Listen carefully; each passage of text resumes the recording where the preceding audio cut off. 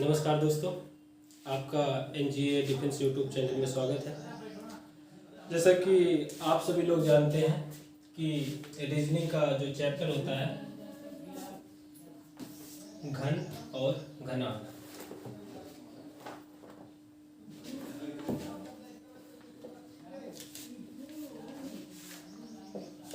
Cube and cuboid, ये जो घन और घनाभ चैप्टर होता है इससे कम से कम 3 से 5 नंबर का क्वेश्चन हर एग्जाम पे आता है।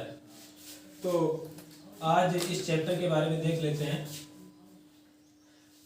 किसी भी चैप्टर को समझने के लिए सबसे पहले हमें ये समझना होता है कि उस चैप्टर का जो नाम है घन और घनाभ।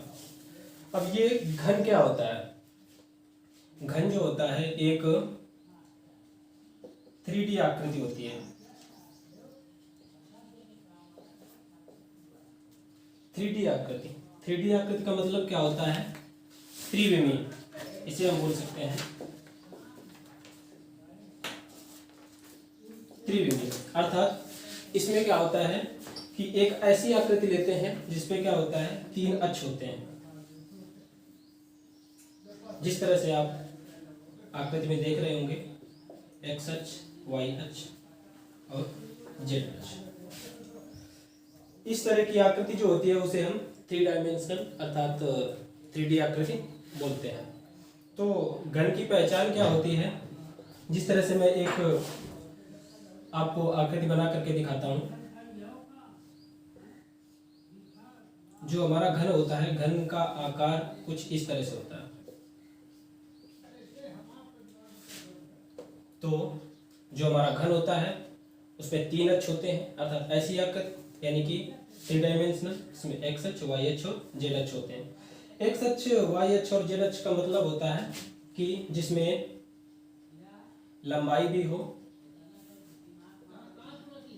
चौड़ाई भी हो और ऊंचाई भी हो। इस आकृति में हम देख रहे हैं, ये जो हो गई हमारी क्या है लंबाई, इसके बाद ये जो दिखाती है वो चौड़ाई को,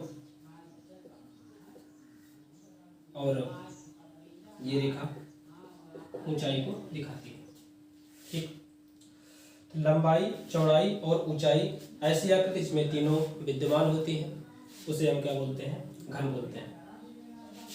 घन की एक कंडीशन होती है, इसमें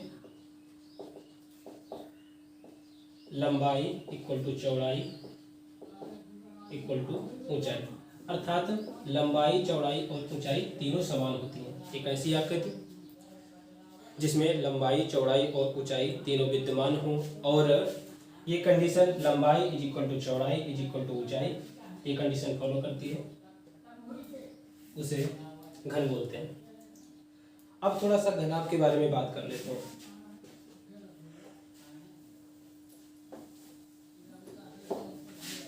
सेम इसी तरह जो हमारा घनाभ होता है,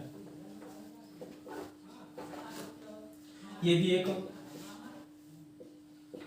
3D आकृति होती है, अर्थात त्रिविमी।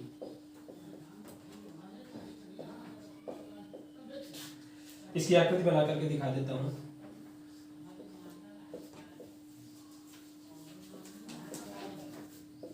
कुछ इस तरह की आकृति बनती है त्रिविमी, अर्थात 3 अक्ष होंगे, अर्थात जिसमें लंबाई, चौड़ाई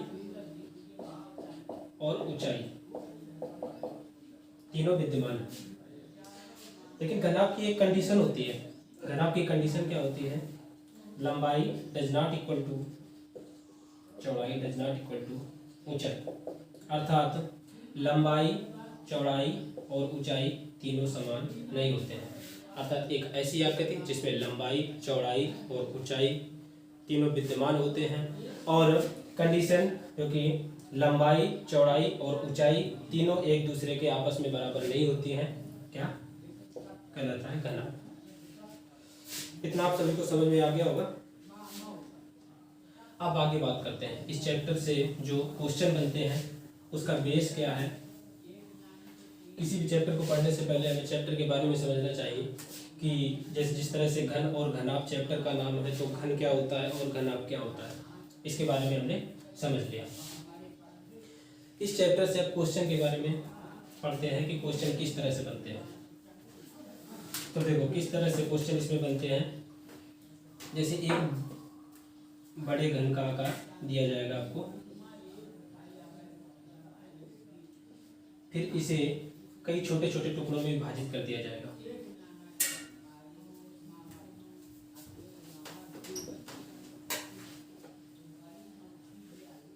इस तरह से एक बड़े घन का टुकड़ा है जिसे छोटे छोटे घनों के रूप में विभाजित किया गया है। अब इनमें से क्या पूछा जाता है, इनमें से होता है कि इनमें से टोटल घनों की संख्या।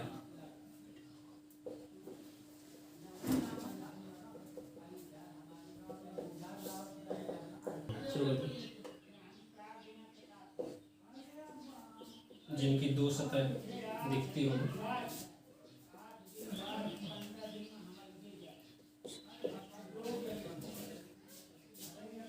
ऐसे घन जिनकी दो सतहें दिखती हों। इसी तरह ऐसे घन जिनकी तीन सतहें दिखती हों, और इसी तरह ऐसे भी घन कुछ होंगे जिनकी एक भी सतह नहीं दिखती है, एक भी सतह ना दिखे। और कुछ ऐसे घन होंगे जिनकी एक सतह दिखती होगी। इस तरह से कुछ इसमें क्वेश्चन पूछे जाते हैं। तो इसके बेस पे चलते हैं।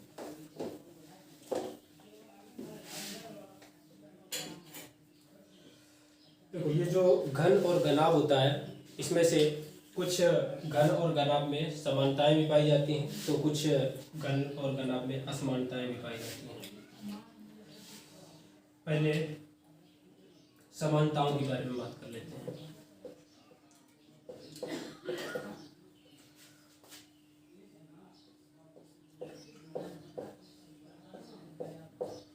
जिस तरह से आप देख रहे हैं, एक घन और दूसरा घना बना हुआ है। अगर इनमें दोनों में से समानताएं हैं तो क्या हो सकती हैं? इसमें से जिनमें हम शीर्ष बोलते हैं,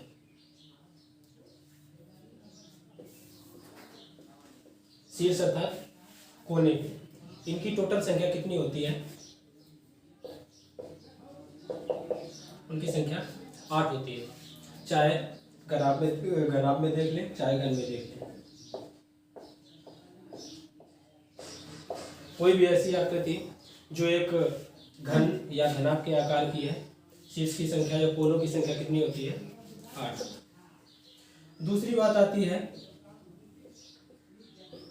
भुजा। भुजा का एक हम नाम देते हैं कोर। ये भुजा या कोर क्या होता है? इसमें से इसकी लंबाई, चौड़ाई और ऊंचाई, ये चारों तरफ से जो घेरे हुए हैं इसे, तो ये लाइनें जो होती हैं ये हम क्या बोलते हैं? भुजा या कोर। इनकी संख्या कितनी होती है? 12। 1 2 3 4 5 6 7 8 9 10 11 और 12। सेम इसी तरह से घनाभ में भी होता है। 1 2 3 4 5 6 7 8 9 10 ये 11 और ये 12। तो भुजा या कोर की संख्या दोनों में कितनी होती है? 12। तीसरी बात आती है फलक। ये फलक क्या होता है? फलक का एक और नाम लेते हैं सतह। इसका ये जो पार्ट होता है, जो इस पूरे डिब्बेनुमा आकार को बंद करके रखता है, इसे हम क्या बोलते हैं? फलक या सतह। इनकी टोटल संख्या कितनी होती है? 6। 1 2, पीछे का हिस्सा 3, आगे वाला 4, बगल वाला 5 और नीचे 6।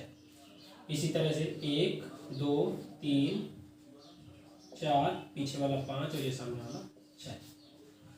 इसमें से शीर्ष की संख्या 8, भुजा या कोर की संख्या 12 और फलक या सतह की संख्या कितनी होती है? 6। ठीक। अब बात करते हैं कि सतह से कितनी सतहें संलग्न होती हैं, संलग्न सतहें।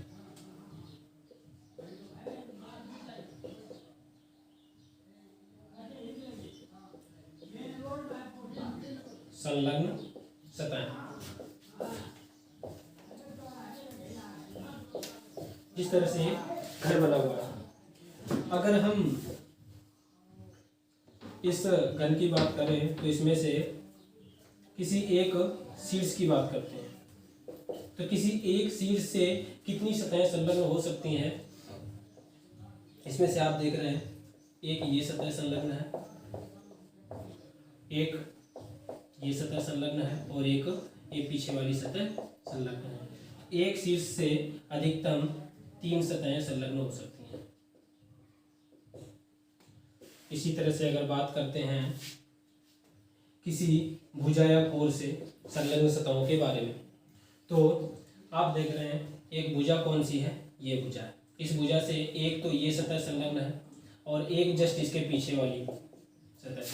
तो किसी एक भुजा से अधिकतम 2 सतहें संलग्न होती हैं, अर्थात जुड़ी हुई होती हैं। तीसरी बात इसी तरह से लेते हैं, तो किसी सतह से ही कितनी सतहें संलग्न हो सकती हैं? जैसे मान लिया कि ये सतह ले लिया हमने, अब इस सतह में कितनी सतहें संलग्न हो सकती हैं? तो एक तो ये साइड वाली, एक ये साइड वाली, इसके बाद एक ये फ्रंट वाली और एक बैक वाली, अर्थात अधिकतम 4 सतहें संलग्न हो सकती हैं। तो मुझे लगता है कि संलग्न सतहों की बात समझ में आ गई होगी। आगे चलते हैं। जिस तरह से हमने समानताओं के बारे में देखा था, घन और घनाभ में के बीच में काफी समानताएं पाई जाती हैं, ठीक उसी तरह से कुछ असमानताएं भी होती हैं।